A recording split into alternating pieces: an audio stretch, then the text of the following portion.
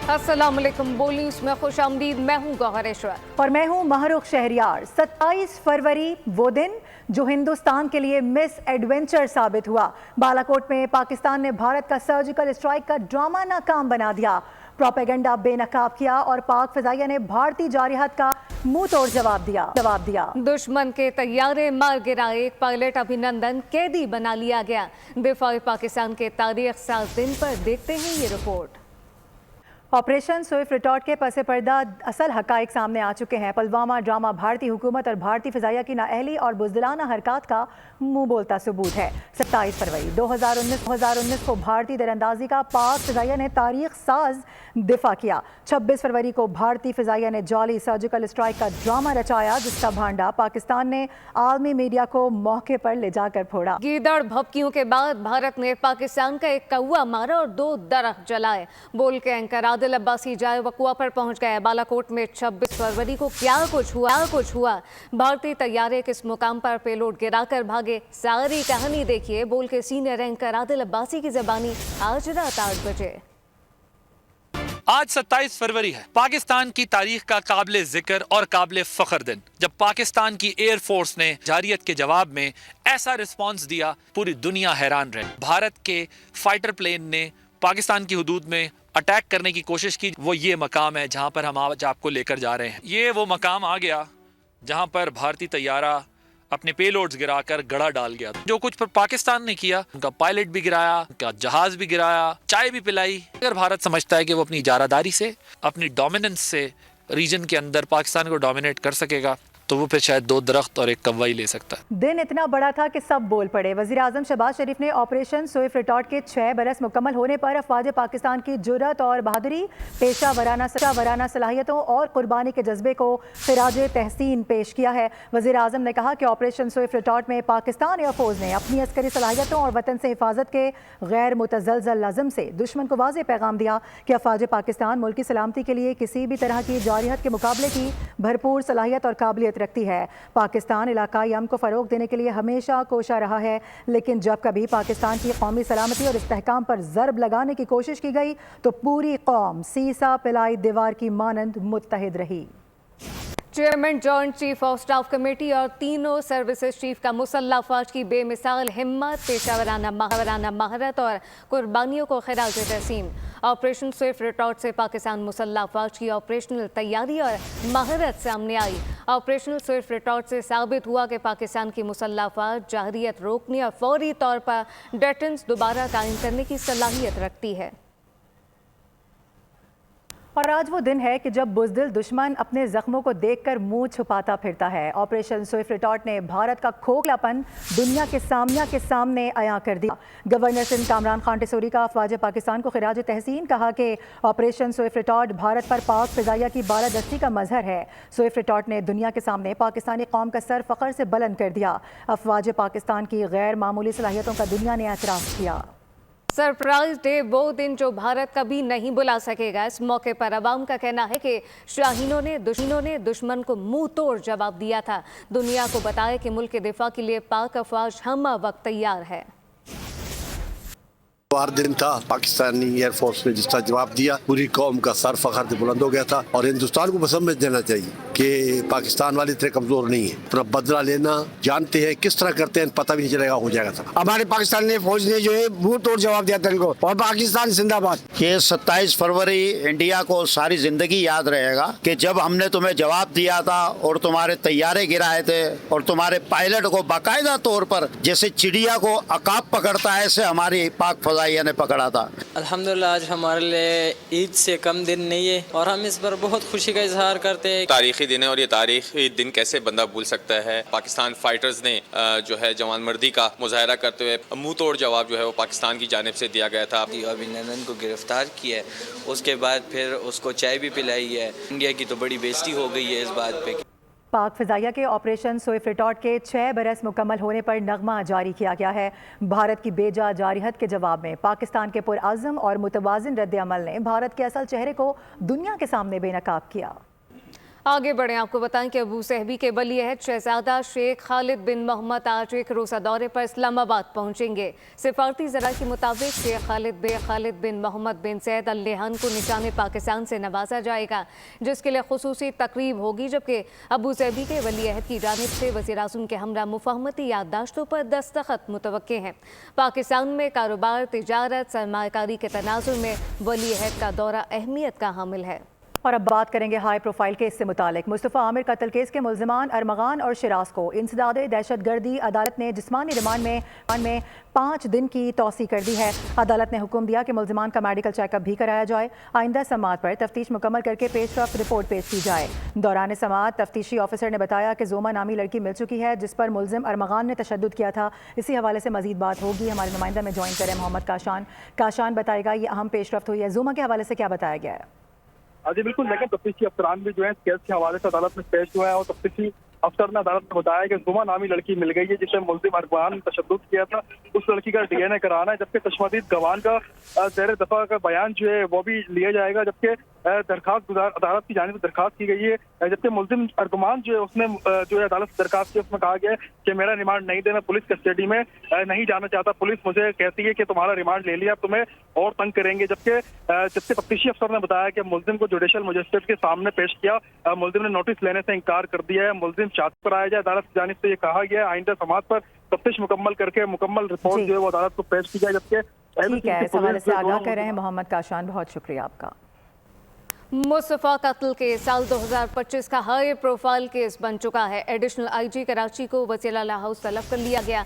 DIG, CIA और SSP को भी तलब कर लिया गया है। पुलिस अफसरान को आज से पहर 4 बजे तलब किया गया। IG सिंध कल कौमी असम्बली की कायमा कमेटी दाखिला को ब्रीफिंग देंगे। केस की तमाम तफसीलात और पेशरफ्त से आगाह किया जाएगा। Welcome back. नॉर्थ कराची में 7 साला सारिम का मुबैना अगवा और उसके बाद कत्ल। 50 रोज से जायद का वक्त गुजर चुका है, लेकिन इसके बावजूद तहकीकाती टीम कत्ल या हादसाती मौत की वजह सामने नहीं ला सकी। 7 साला सारिम के वालिदैन इंसाफ के मुंतज़िर हैं। इस वक्त बोल न्यूज़ के नुमाइंदे खुरम गुलजार सारिम के वालिद के साथ मौजूद है, तफसील उनसे जानते हैं। जी खुरम।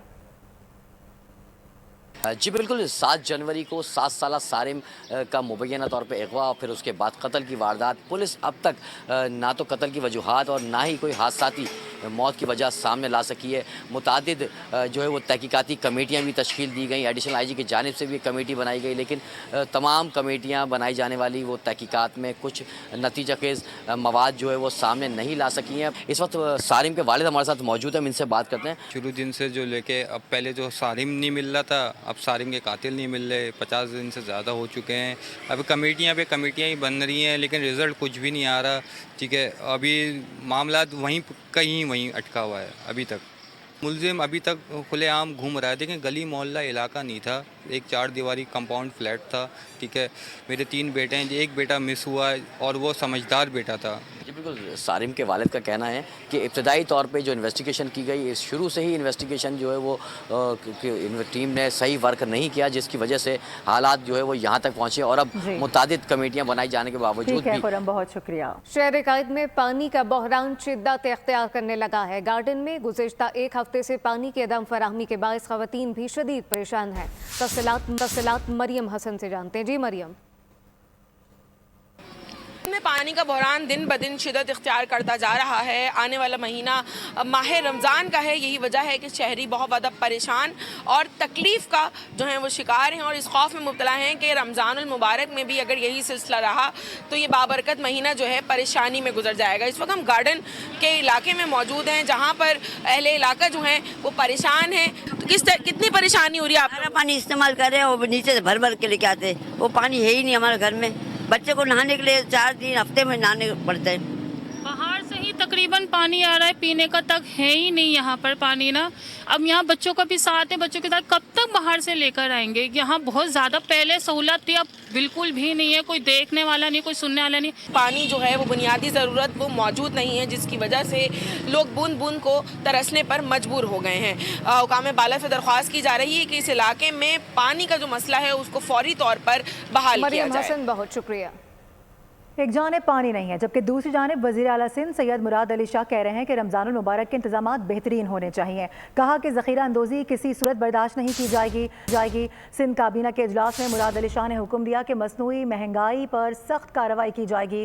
ताजिरों को बाबरकत माह में अशियाए खुरनोश की मुनासिब कीमतें मुकर्रर करनी होंगी। अवाम को सहूलियात की फराहमी के लिए तमाम ज़रूरी इक़दाम किए जाएँ। पानी और बिजली की बिला तातुल फराहमी यकीनी बनाई जाए। आपको अपडेट कर रहे हैं इस हवाले से वज़ीर आला सिंध सैयद मुराद अली शाह की जानिब से रमज़ानुल मुबारक के इंतजामात बेहतर बनाने की हिदायत जारी की गई हैं। वफाकी दारुल हुकूमत में भी रमज़ानुल मुबारक की आमद से कबल मुर्गी, अंडे और फलों के नर्ख में इजाफा रिकॉर्ड किया गया है। मज़ीद तफसीलात इस्लामाबाद से अपने नुमाइंदे उमर हयात खान से जानते। उमर, बताइएगा।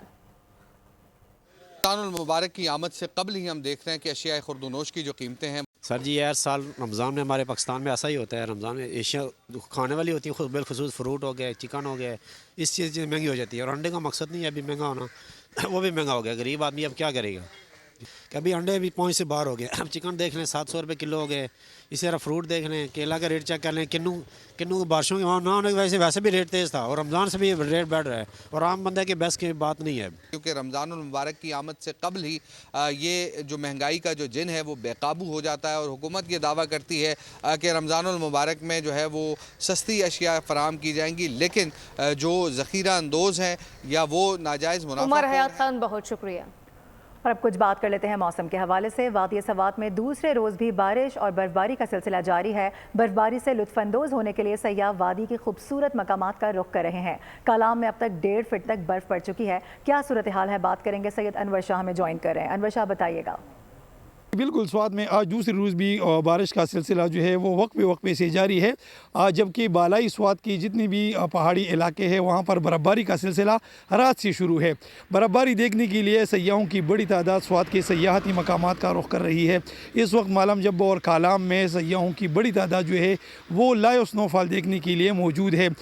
बारिश और बर्फ़बारी की वजह से सर्दी की शिद्दत जो है वो काफ़ी बढ़ गई है। स्वाद की जितनी भी बालाई इलाके हैं वहाँ पर लिंक्स रोड जो है वो ताहाल खुले है और अपर स्वाद डेवलपमेंट अथॉरिटी की जानिब से भारी मशीनरी जो है वो जगह जगह पर पहुंचाई गई है और जहां भी रोड जो है वो बंद होता है तो उसको खोलने के लिए फौरी इक़दाम किए जाते हैं। रुक करेंगे मानसहरा और उसके गिरदुनवा का। यहाँ पर गुज़िश्ता रोज़ से बारिश और बर्फबारी का सिलसिला वक्फे से जारी है। सयाहों के लिए वार्निंग जारी कर दी गई है। क्या वार्निंग जारी की गई है, बात करेंगे। चौधरी कैसर हमें ज्वाइन करें। कैसर, बताइए। और उसके गिरदोनवा में कल सुबह से जो बारिश और बर्फ़बारी का सिलसिला है वो वक्फे से जारी है, जिसकी वजह से मानसहरा और उसके गिरदोनवा में कड़ाके की सर्दी जो है वो दोबारा शुरू हो गई है। बारिशों से जो है फसलों को काफ़ी फ़ायदा होगा। इसके मुस्बत असरात जो हैं गंदम की फसल और सब्जियों की फसलों पर पड़ेंगे। अगर यहाँ पर हम बात करें सियाती मकामात की, वादी नरा, वादी शुगरां, तहसील बालाकोट के अंदर जो बटाकुंडी, बाबू सटाप, तो वहाँ के जो बलाई पहाड़ी इलाके हैं वहाँ पर बर्फ़बारी का जो सिलसिला है वो वक्फे से जारी है, जिसकी वजह से वहाँ के जो बलाई पहाड़ी इलाके हैं वो इस वक्त शदीद सर्दी की लपेट में हैं। महकमा मौसमियात की पेशगोई के मुताबिक बारिशों और बर्फ़बारी का जो सिलसिला है ये कल शाम तक वक्फे से जारी रहेगा, जिसकी वजह से शुक्रिया। आज़ाद कश्मीर में शदीद बारिश और बुलंद मकामात पर बर्फबारी का सिलसिला जारी है। लैंडस्लाइडिंग से कश्मीर की मुतादिद शाहराहों पर ट्रैफिक मुअत्तल हो चुका है। तफसीलात मुमताज़ अहमद भट्ट से जानते हैं।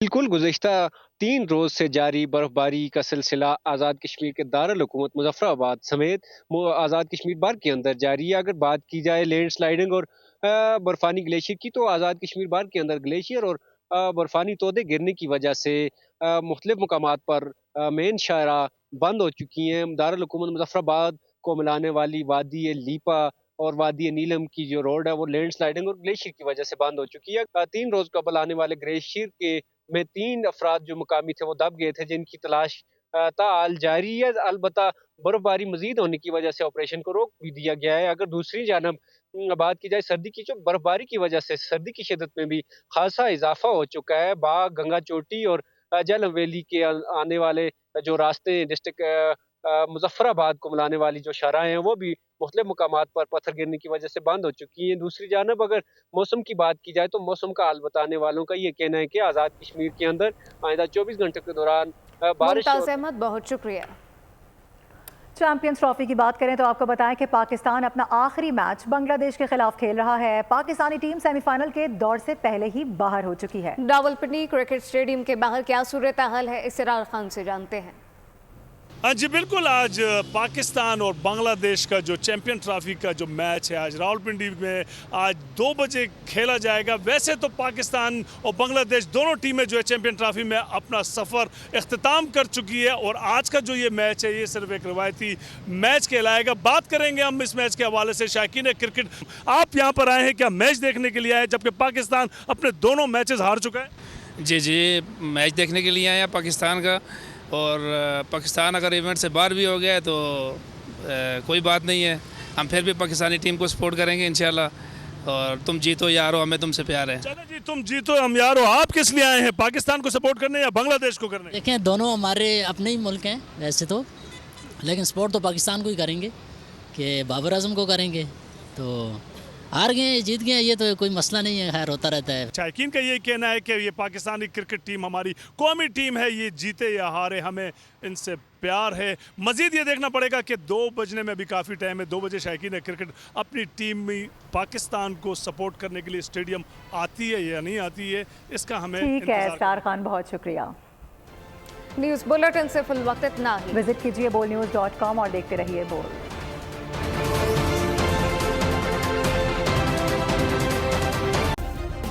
सब्सक्राइब करें और बेल दबाएं ताकि कोई खबर रह न जाए।